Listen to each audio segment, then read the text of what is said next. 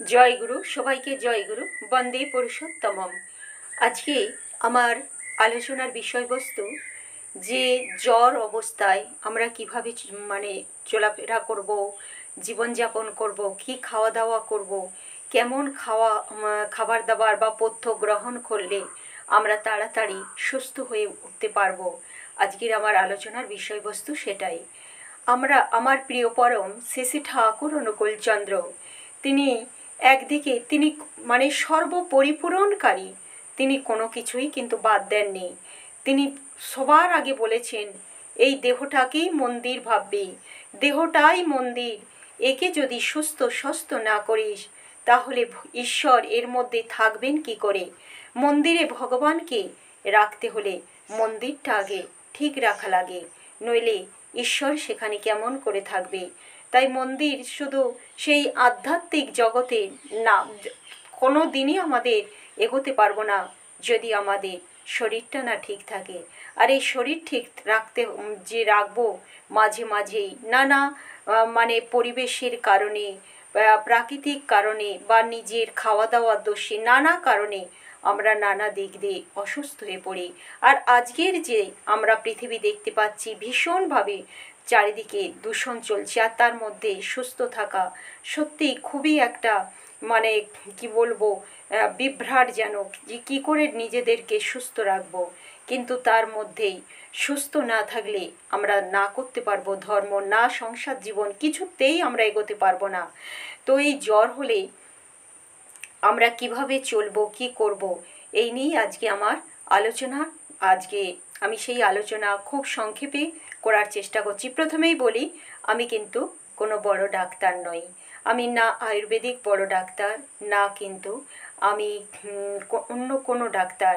কিন্তু এই ধর্ম জগতে এসে আমার প্রিয় পরমকে ধরে, আর আমি আনুষঙ্গিক, আমি বিভিন্ন আমার সৎসঙ্গ জগতে যে সমস্ত অনেক ডাক্তারদের সংস্পর্শে এসেছি, আয়ুর্বেদিক ডাক্তার, এবং নিজেরা বাড়িতে এইসব প্রয়োগ করে দেখেছি, অনুসরণ করে খুব তাড়াতাড়ি এই জ্বর রোগ থেকে সুস্থ দিকে এগোনো যায়। এবং সম্পূর্ণ এটা প্রাকৃতিক, নিরাপদ। ওষুধের সাইড এফেক্ট আছে, কিন্তু এর কোনো সাইড এফেক্ট নেই। তো প্রথমেই বলি যে জ্বর, আমি এই বেশিরভাগ কথাগুলোই কিন্তু নিয়েছি বা পেয়েছি, যেটা আমি উত্থাপন করছি আমি শিবানন্দ সরস্বতীর যে যোগ আরোগ্য বলে একটা বই আছে, আমি সেখান থেকেই বেশিটা নিয়েছি। তো সেখানে পেয়েছি, তিনি বলছেন যে জ্বর, যে কোনো ধরনের জ্বরের প্রথম কথা হচ্ছে কিন্তু পিত্তদোষ। পিত্তদোষ মানে প্রথম তার সেই হজম ক্ষমতা দুর্বল হয়ে যায়, যে কোনো ঠান্ডা লেগেই হোক, খাওয়া দাওয়ার দোষেই হোক। আসল কথা হলো, শরীরে যখন তার কোনো কারণে দূষিত পদার্থ জমে যায়, তখন সেটা বাইরে না বেরোনোর জন্যই কিন্তু সেটা প্রথম প্রকাশ পায় জ্বর হিসাবে। তো আর তখনই তাপ বেড়ে যায়। তো কী করতে হবে না, এই দূষিত জিনিসগুলোকে বা প্রথমেই সেই কোষ্ঠ পরিষ্কারের দরকার। কোষ্ঠ যদি পরিষ্কার হয়ে যায়, তার সাথে কিন্তু ওই মলের সাথে অনেক রোগ, বিষ, পিত্তদোষ অনেক কিন্তু বেরিয়ে যায় শরীর থেকে। শরীরটা অনেক হালকা ঝরঝরে লাগে। আর কি করতে হবে, প্রথম কয়েকদিন বেশি যখন এই রকম জ্বর অবস্থা চলবে, তখন কিন্তু ফলের উপরেই থাকলে ভালো। আর জলটা বেশি করে খেতে হবে। অন্তত পক্ষে যদি সেই সময় 3টে থেকে 5টা, যখন যে সিজন, কমলা লেবু বা মৌসুমি লেবু রস ওই জলের সাথে মিশিয়ে বারবার রোগীকে দেয়া যায়, এবং সারা শরীরে তার ভিজে ন্যাকড়া করে ভালো করে গাটা মুছিয়ে দেওয়া যায়, কপালে জলপট্টি দেওয়া যায়। এইগুলো দিলে কি হবে, তার শরীরের তাপের একটা সমতা রক্ষা হবে। এটা গেল। আর কি করতে হবে না, তাহলে রোগী কি শুধু এই লেবু রস খেয়ে বা ফল খেয়ে কিভাবে থাকতে পারে? এইভাবেই কিন্তু পড়ে থাকা যায়, কারণ সেই সময় মুখে সেভাবে রুচি আসে না, খিদের ইচ্ছাটা থাকে না, খিদের সেভাবে পায় না।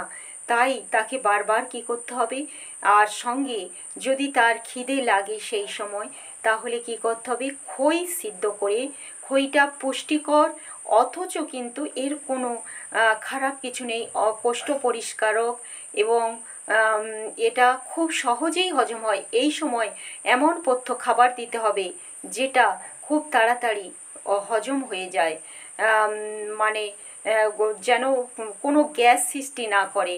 তার মুগের জোশ মানে সবুজ যে মুগ ডালটা সেটাকে সিদ্ধ করে, আর যদি এটা ভালো হয় খই এবং মুগ ডাল এবং মুগ গোড়াই একসাথে, মানে ভিজনা মুগ গোড়াই একসাথে সিদ্ধ করে তার যে জুসটা, সেটা রোগীকে একটু নুন, লেবু রস, সহযোগে জিরা গুঁড়ো বা বিট নুন এইসব দিয়ে রোগীকে দেওয়া যেতে পারে।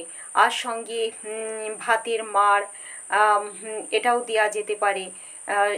এইগুলো মানে ঝোল জাতীয় জিনিস সেই সময় শক্ত আহার একদমই রোগীকে দেওয়া উচিত নয়।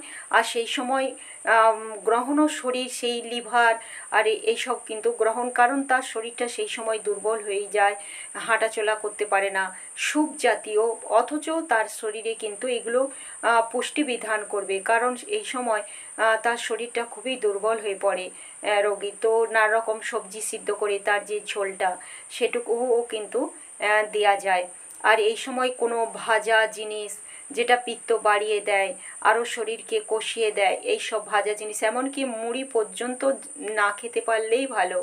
খুব পাতলা করে কোনো সুজি বা ওটস বা সটি এইসব খুব পাতলা করে রোগীকে দেওয়া যেতে পারে।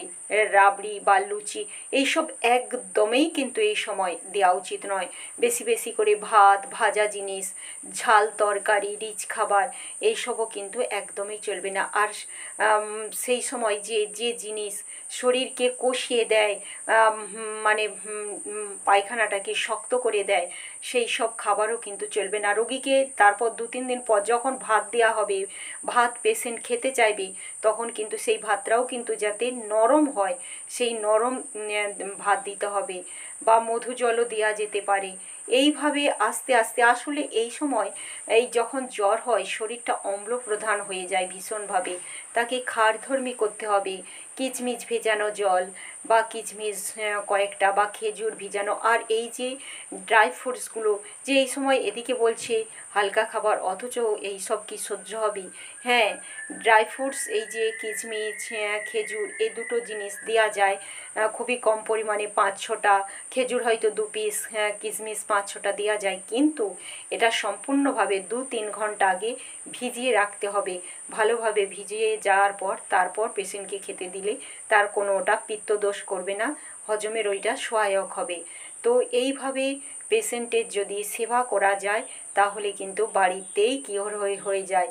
তখন এটা কিন্তু আমি ওনার বইয়েতে পড়েছি যে যে কোনো এই যে ফল জাতীয় যত টকই হোক, যখনই এটা জলের সাথে মিশিয়ে পেশেন্টকে দেয়া যায় বারবার, তখন কিন্তু কি হয়, টক জাতীয় ফলগুলো এই যে লেবু, মৌসুমী, কমলা, বাতাবি লেবু বা আখের রসও দেওয়া যেতে পারে। এগুলো কিন্তু কি হয় না, মুখে রুচি আনে, শরীরের দূষিত পদার্থকে বাইরে বের করে দেয়, সঙ্গে সেই ভিটামিনও যোগান দেয়, এবং সারা শরীরে যে গা হাতে ব্যথা এইসবও হয় সেইগুলোকেও দূর করে ভিটামিন সি। আর এইগুলো যত টক ফলই হোক না কেন সেগুলি কিন্তু ক্ষার প্রধান, অম্ল খেতে অম্ল স্বাদ, কিন্তু এগুলি ক্ষার প্রধান। আর আমাদের জ্বর হয়েছে মানে আমাদের শরীর সেই সময় কিন্তু অম্লটাকে কাটিয়ে খাত চাচ্ছে। তো এইগুলো যদি আমরা মেনে চলতে পারি তাহলে কিন্তু আমরা জ্বর রোগ থেকে খুব তাড়াতাড়ি, আর তাছাড়া যা তো আছে আমরা জানি, খুব বাড়াবাড়ি ধরনের হলে ঘরোয়া জ্বরের হিসাবে আমরা জানি শিউলি পাতা, বেলপাতা এইসব ফুটিয়ে পেশেন্টকে, বা কাঁচা রস করে এইসব দেওয়া যেতেই পারে। তুলসী পাতার রস, যদি কফ থাকে তুলসী পাতার রস, কফ না থাকলে তুলসী পাতার রস দেওয়ার দরকার নেই। এমনি শিউলি পাতা রস খেলেই কিন্তু তাড়াতাড়ি সুস্থ হয়ে উঠবে এবং মুখে রুচি আসবে। বেলপাতাটাও জ্বরের পক্ষে খুবই ভালো। আসল কথা এই সময় হজম ক্ষমতা দুর্বল হয়ে যায় যে কোনো কারণে, সে খাওয়া দাওয়া দোষেই হোক বা নানা রকম পরিবেশের আবহাওয়া চেঞ্জের কারণেই হোক, তো সেইটাকে আবার অগ্নিবলটাকে ফিরিয়ে আনতে হবে, তাহলেই কিন্তু জ্বর রোগ থেকে মুক্তি পাওয়া যাবে। তো এই ছিল আজকের আমার আলোচনা। যদি কেউ উপকৃত হন অবশ্যই আমাকে লাইক কমেন্ট করে জানাবেন, আর আমার পাশে থাকবেন। আমার এই ভিডিও দেখার জন্যে অবশ্যই সকল গুরু ভাই বোনেদের বা অন্যান্যদের প্রত্যেককে জানাই আনন্দিত জয় গুরু। সবাই খুব খুব ভালো থাকবেন, সুস্থ থাকবেন। পরম পিতা যে যে গুরু পেয়েছেন তাকে মাথায় করে নিয়ে চলবেন। জয় গুরু, সবাইকে জয় গুরু।